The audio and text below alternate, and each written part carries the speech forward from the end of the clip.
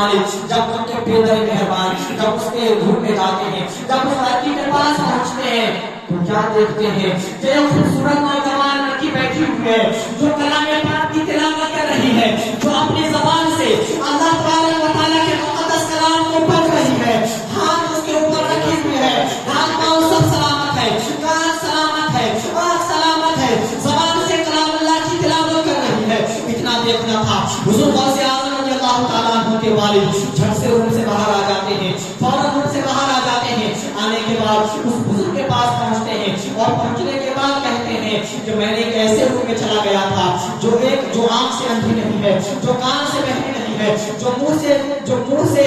گونگی نہیں ہے، جس کے ہاتھ پاؤں بھی سلامت ہے۔ اتنا کہنا تھا، وہ بزرگ فرماتے ہیں کہ وہی تمہاری بیوی ہے، وہی تمہاری شریک حیات ہے۔ اتنا سننا تھا، حضور غوث اعظم رضی اللہ تعالیٰ عنہ، حضور غوث اعظم رضی اللہ تعالیٰ عنہ کے والد فرماتے ہیں آپ کہہ رہے تھے کہ میری بیٹی منہ سے بھی گونگی ہے، میری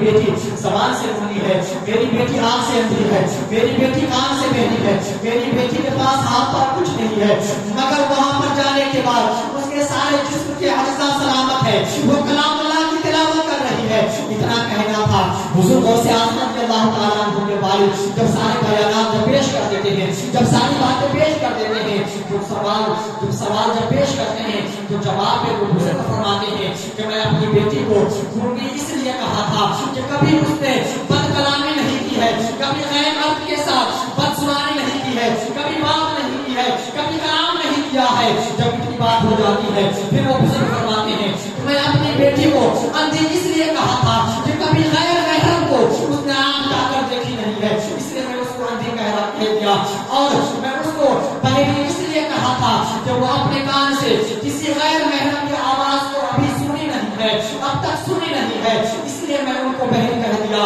ساری باتیں ہو جاتی ہے، حضور غوث اعظم رضی اللہ تعالیٰ عنہ کے بعد حضور غوث اعظم رضی اللہ تعالیٰ عنہ کے جو والد محترمہ ہے جس کا نام ہے فاطمہ ثانی ہے، جب ماں ایسی پاکیزہ دامن کی ہے، جب ماں ایسی پرہیزگار ہے، جب ماں اللہ تبارک و تعالیٰ کی ایسی بندی ہے، جب ماں اللہ تبارک و تعالیٰ کی پاک دامن،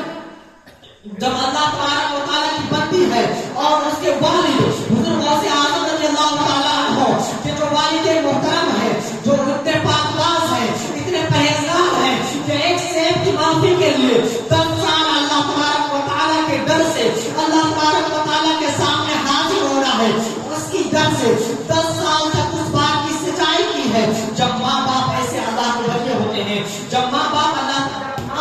جب اتنے پرہیزگار ہوتے ہیں، جب ماں باپ اللہ تبارک و تعالیٰ کے ولی اور ولیہ ہوتے ہیں تو اس کے پیٹ سے کوئی عام بچہ نہیں بلکہ حضور غوث اعظم رضی اللہ تعالیٰ عنہ کی ذات پیدا ہوتا ہے۔ جب ماں باپ ایسے پاکیزہ دامن ہیں، اتنے پرہیزگار ہیں، اللہ کے ولی اور ولیہ ہیں کہ بچہ سمجھے کہ اس قدر بلند والا مرتبے کا ہوگا۔ حضرات محترم، جب شادی ہو جاتی ہے کچھ ایام گزرنے کے بعد حضور غوث اعظم رضی اللہ تعالیٰ عنہ جب شرک ماتم میں آتے ہیں، جب شرک ماتم میں آتے ہیں تو بہت ایسی کرامتیں ہوتی ہیں، بہت ایسی باتیں ہوتی ہیں۔ جب حضور غوث اعظم رضی اللہ تعالیٰ عنہ جب ماں کے شکم سے پیدا ہوتے ہیں، جب بولنے کے قابل ہو جاتے، جب حضور غوث اعظم رضی اللہ تعالیٰ عنہ جب پیدا ہوتے ہیں، رمضان المبارک کا مہینہ ہے، رمضان المبارک کی 1 تاریخ کی جیسے ہی پیدا ہوتے ہیں حضور غوث اعظم رضی اللہ تعالیٰ عنہ پیدا ہوتے ہیں۔ پیدا ہونے کے بعد پہلے کے زمانے میں نئے مائک کا سسٹم تھا، نئے ٹیلی ویژن کا سسٹم تھا، لوگ دور دور سے آ کر جو اعلیٰ خاندان کے ہوا کرتے تھے، جو بہترین خاندان کے اور سیدزادے ہوا کرتے تھے، جو اس وقت کے عالم دین ہوا کرتے تھے، ان کے پاس جاتے تھے اور جانے کے بعد مسئلہ پوچھتے تھے کہ آج روزہ رکھنا ہے کہ نہیں۔ جب ساری باتیں ہو جاتی ہے، جب عورتیں آتی ہیں، جب لوگ آتے ہیں کہ آج روزہ ہے کہ نہیں ہے، اسی وقت ام الخیر فاطمہ ثانی فرماتی ہے کہ مجھے اتنا تو پتہ نہیں ہے کہ آج روزہ ہے یا نہیں ہے، یعنی آج رمضان مبارک کا پہلا دن ہے یا نہیں ہے، مگر میرا بیٹا ابھی تک دودھ نہیں پیا ہے۔ میں بار بار کوشش کر رہی ہوں کہ میں اپنے لخت جگر کو، نور نظر کو دودھ پلاؤں، مگر وہ دودھ کو یعنی وہ پستان کو منہ میں نہیں لے رہا ہے۔ میرا یہ عقیدہ ہے کہ کہ میرا بچہ بھی روزے سے ہے، میرا بچہ بھی روزے سے ہے۔ حضرات محترم آپ خود سوچیے کہ بچپن ہی سے روزہ رکھ رہے ہیں، بچپن ہی سے اتنی شریعت کے پابند ہیں، بچپن سے ہی اتنی شریعت کی پابندی کر رہے ہیں، یہی تک بات محدود نہیں رہ جاتی ہے۔ جب حضور غوث اعظم رضی اللہ تعالیٰ عنہ جب بولنے کے قابل ہو جاتے ہیں، اور جب بولنے کے قابل ہوتے ہیں تو اپنے توتلے زبان سے، اپنے ٹوٹی پھوٹی زبان سے اپنے ماں کو کہتے ہیں کہ اے میری ماں، تمہارے اوپر 2 احسان میرا ہے، میرا 2 احسان تمہارے اوپر ہے۔ اتنا جب کہتا تھا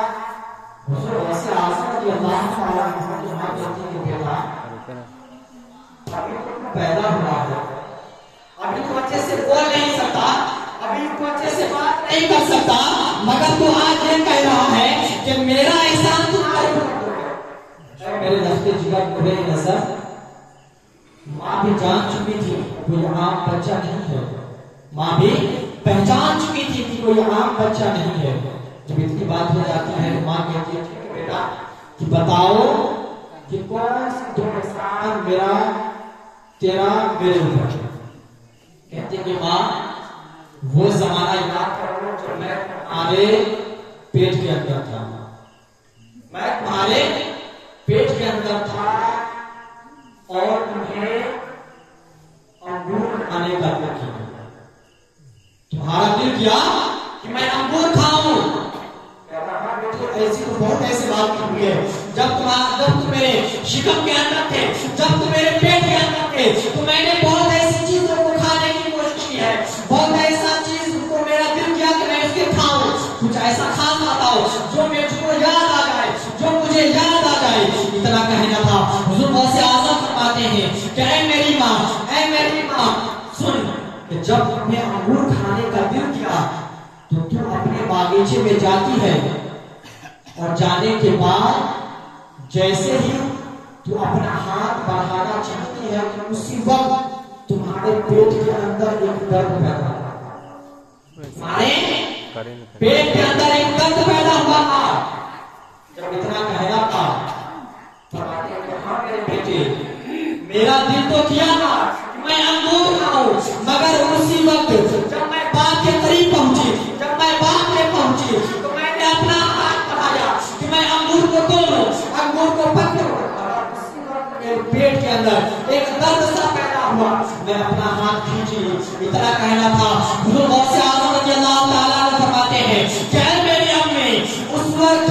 میں تمہارے پیٹ کے اندر اچھلا تھا، کودا تھا، جس کی وجہ سے درد پیدا ہوا تھا۔ اتنا کہنا تھا۔ امی کہتی ہے کہ اے میرے بیٹے بتاؤ چھلے اور کودنے کی وجہ کیا ہے، درد پہنچانے کی وجہ کیا ہے۔ جب اتنا کہنا تھا حضور غوث اعظم فرماتے ہیں کہ اے میری ماں، جیسے تو انگور کو چھونا چاہتی تھی، توڑنا چاہتی تھی، اس پر ایک سانپ اپنا سر میں پھیلائے ہوئے بیٹھا ہوا، اس انگور کے گوشے میں، انگور کے درخت پہ ایک سانپ اپنا منہ کھولے، اپنا تھن کھولے ہوئے بیٹھا ہوا تھا۔ میں سوچا کہ اگر میری ماں، اگر میری اپنی اگر ہاتھ بڑھائے گی تو سانپ ڈس لے گا اور تمہیں تکلیف ہوگی، تمہاری جان چلی جائے گی، اسی لیے میں نے اچھل کر تمہاری جان بچائی، اس لیے میں نے تمہیں درد پہنچا کر تمہارے اوپر احسان کیا۔ جب ایک بات ہو جاتی ہے تو ماں کہتی ہے کہ ہاں بیٹی یہ حقیقت بات، یہ بات صحیح ہے۔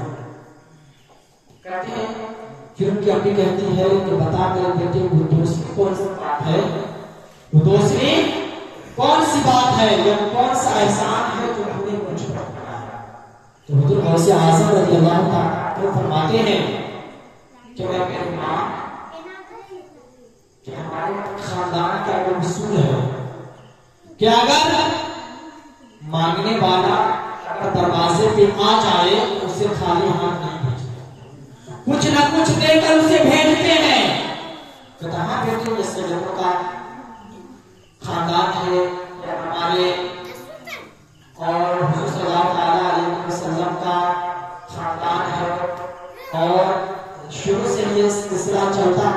ہمارے پاس کچھ ہو یا نہ ہو، ہم خود کھائیں یا نہ کھائیں، مگر ہمارے دروازے پر اگر کوئی مانگنے کے چلے آئے تو بھیجتے ہیں. جب اتنا کرنا تھا اسی وقت کہتی ہے کہ اے میری ماں، جب یہ اس وقت کی بات ہے کہ جب میں تمہارے پیٹ کے اندر تھا، جب میں تمہارے شکم کے اندر تھا، جب تمہارے شکم کے اندر تھا، جب تمہارے شکم کے اندر تھا، تو ایک فقیر، ایک درویش دروازے پہ کچھ مانگنے کے لیے آتا ہے، کچھ مانگنے کے لیے آتا ہے. گھر میں جو کچھ بھی ہوتا ہے اس میں سے آپ اس کو کچھ عطا کر دیتے ہیں. کہتے ہیں ہاں یہ تو سنا ہے کہ کچھ نہ کچھ اپنے اناج میں سے، اپنا غلہ میں سے، یا کچھ کھانے پینے کی چیزوں میں سے ہم دے دیتے تھے. کہتے ہیں میری ماں، تم اپنے ذہن پہ زور ڈالو اور یہ بات یاد کرنے کی کوشش کرو کہ ایک ایسا واقعہ گزرا تھا کہ تم فقیر کو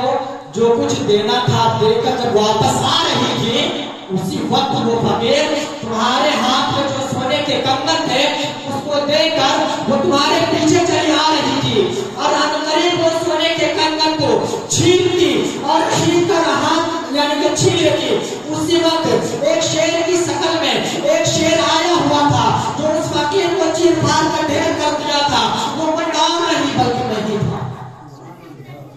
وہ کوئی اور نہیں بلکہ میں ہی تھا. جب بات ہو جاتی ہے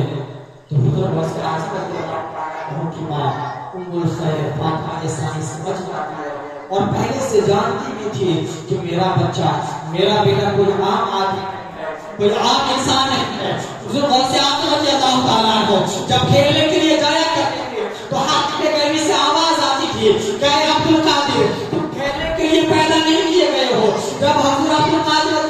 رضی اللہ تعالیٰ عنہ جب ایک مرتبہ کھیت میں جاتے ہیں تو بیل آپ کی طرف مڑ کر کہتا ہے کہ اے غوث اعظم، آپ اس چیز کے لیے پیدا نہیں کیے گئے ہیں، آپ جائیے امت محمدیہ کی خدمت کیجیے، آپ اپنے نانا کے دین کو پھیلائیے، آپ اپنے نانا کے دین کو بچائیے.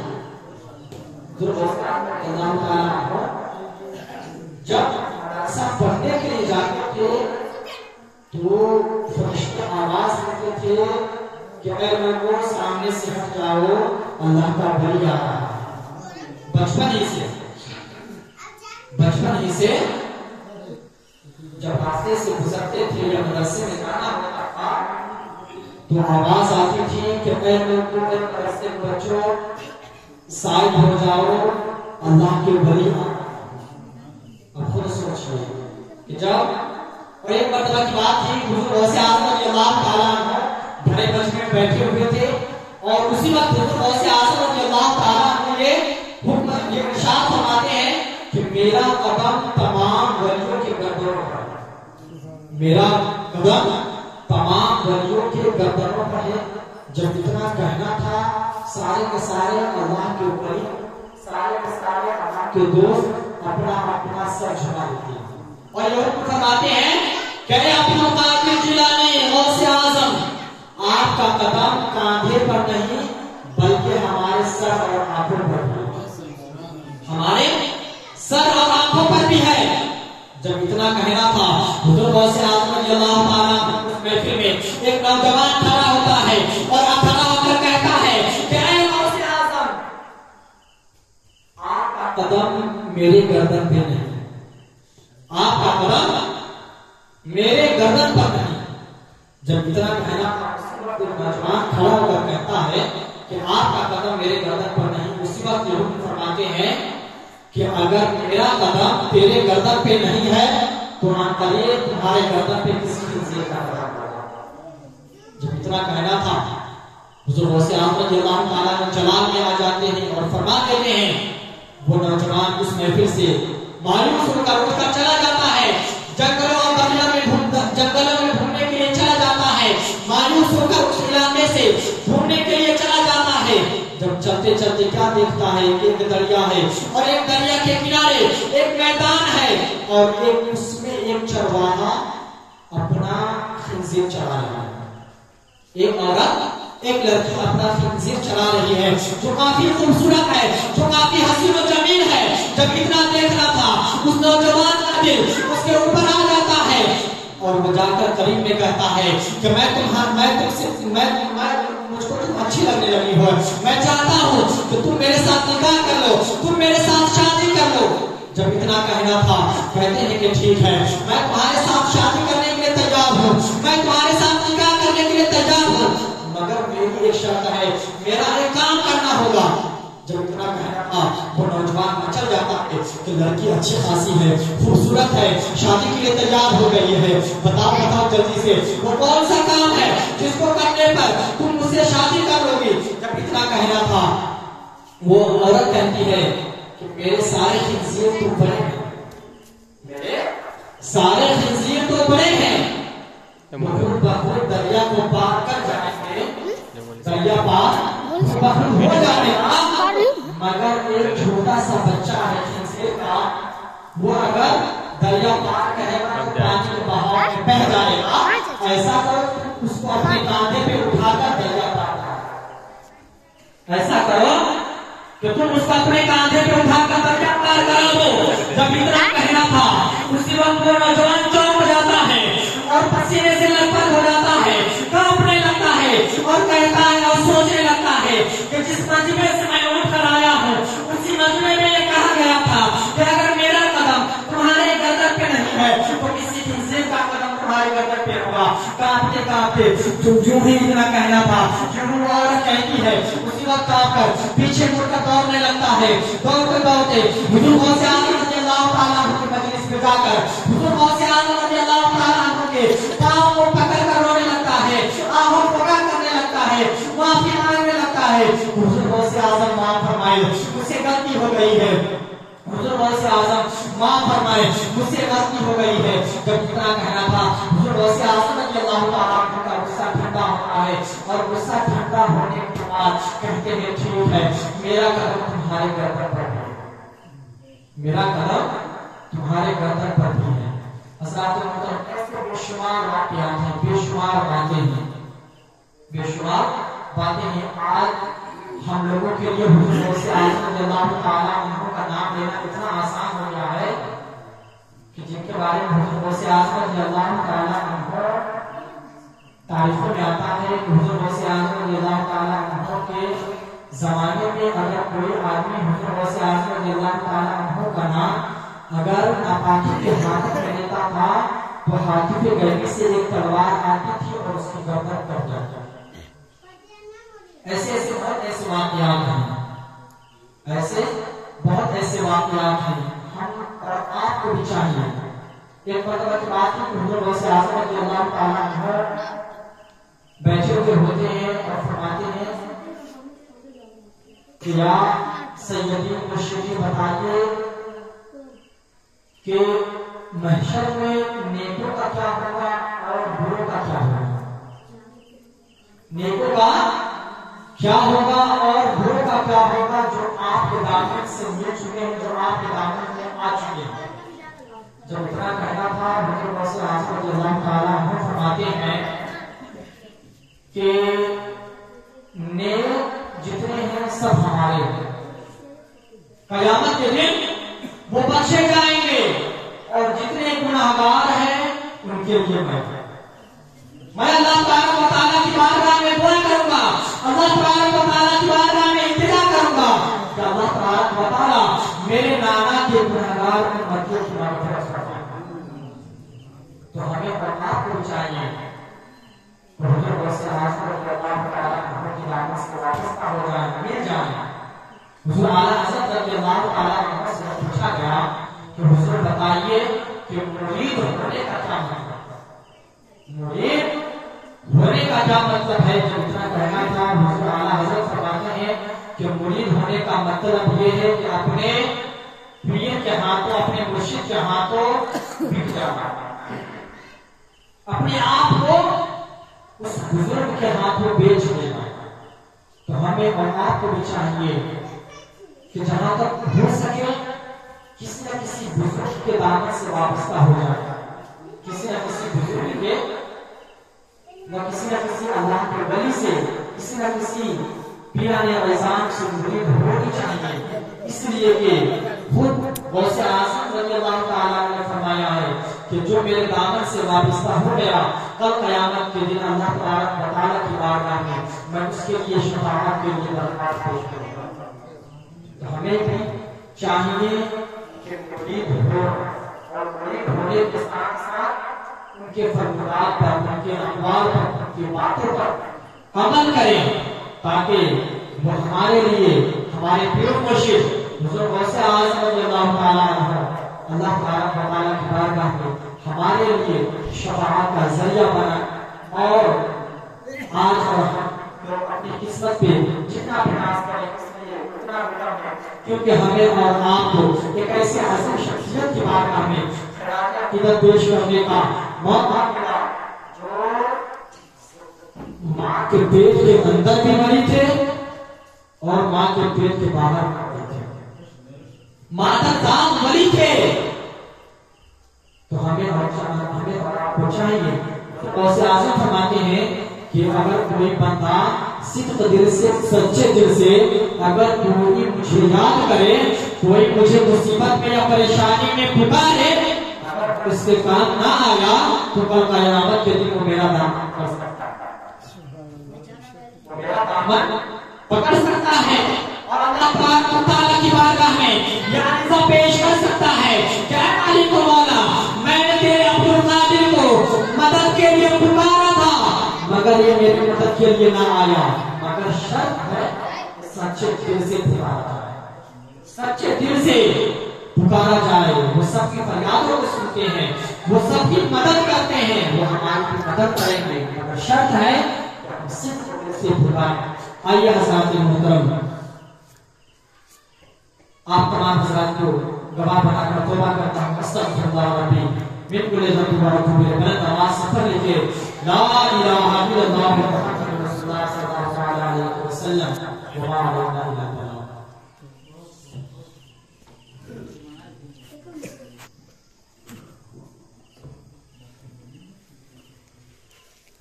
ہیلو برادران اسلام، معزز سامعین کرام، السلام علیکم ورحمۃ اللہ وبرکاتہ۔ بڑی شاندار، جاندار،